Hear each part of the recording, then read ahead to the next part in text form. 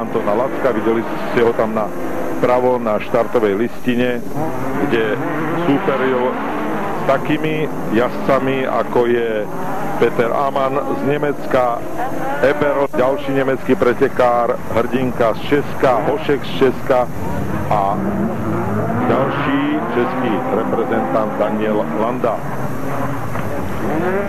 S Pečkou na prvej pozícii si najlepšiu pozíciu po štarte vypracoval Walter Eberer.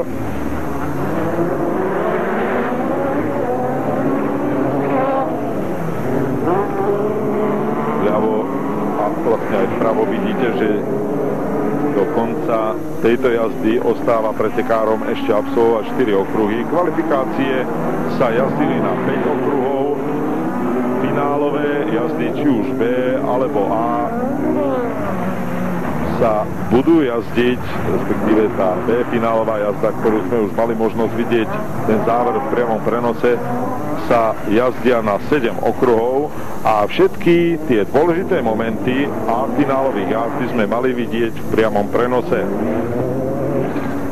S Pečkou stále Walter Ebeler z Nemecka. Tu sme mali možnosť pozorne sledovať aj Antona Lacka, ktorý sa, a to už teraz môžem povedať, dostal až do A finále tejto kubatúry spolu aj s Jozefom Sýkorom, ďalším slovenským reprezentantom. Jozef Sýkora, ktorý v tejto kvalifikácii spolu s Lackom neštartoval, tak obsadil postupne 5. a 5. miesto, teda tenkrát bol 5. a toho vynieslo do finálového vyvrcholenia tu na, povedal by som, domácej pôde v Žitave. Hodno poznamenať, že v tejto jazde došli do cieľa iba 3 jazdci. Bol to víťaz Walter Ebeler, Jaroslav Hošek a náš reprezentant Anton Lacko. Tu sledujeme najrýchlejšieho Waltera Ebelera. Zaj, pán Vlasatý, toto bola tiež vaša trieda. Kedy naposledy ste sedeli v Bugine? Bolo to v roku 95, keď som získal ako ten záverečný titul zóny Strednej Európy, ako majstra zóny Strednej Európy v 95.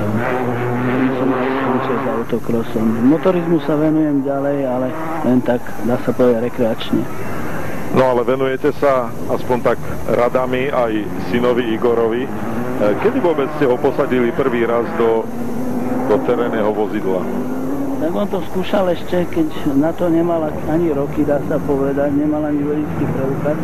Začínal jazdiť od 17 rokov, totiž mal vybavenú výnimku, vodičský preukaz, mal vydaný vodičský preukaz na okruhy a jazdil mojím autom, ktoré bolo celý rok, dá sa povedať, vyťažené, len v niektorých voľných chvíľach mohol si to požičať a si zajazdiť. Takže tu vidíme už nulu na ukazovateli pre pretekárov. Znamená to, že inžinier Jozef Esterka odmával tým trom, ktorí dokončili túto kvalifikáciu dojazd do cieľa. Ako som už poznamenal, okrem Ebelera to bol aj slovenský reprezentant Anton Lacko. No a všetko sa už bude pripravovať na finálové vyvrcholenie seriálu majstrovstiev Európy tu v tomto peknom areáli v Žitavanoch, kde sa zišlo takým odhadom okolo 5000 divákov. Teraz budeme čakať na prvé finálové jazdy. Prvá finálová jazda by sa mala začať o takých 7 minút, o 15:40 minúte a potom už by mali v takých pravidelných intervaloch prebiehať všetky 3 disciplíny, či už to bude prvá divízia tých riadnych aut, oplechovaných, plechových, ako vravia autokrosári, alebo to bol už autokrosové špeciály do 1600 a do 3500 kubických centimetrov. Čím sa podľa vás, pán Vlasatý, odlišuje toto obdobie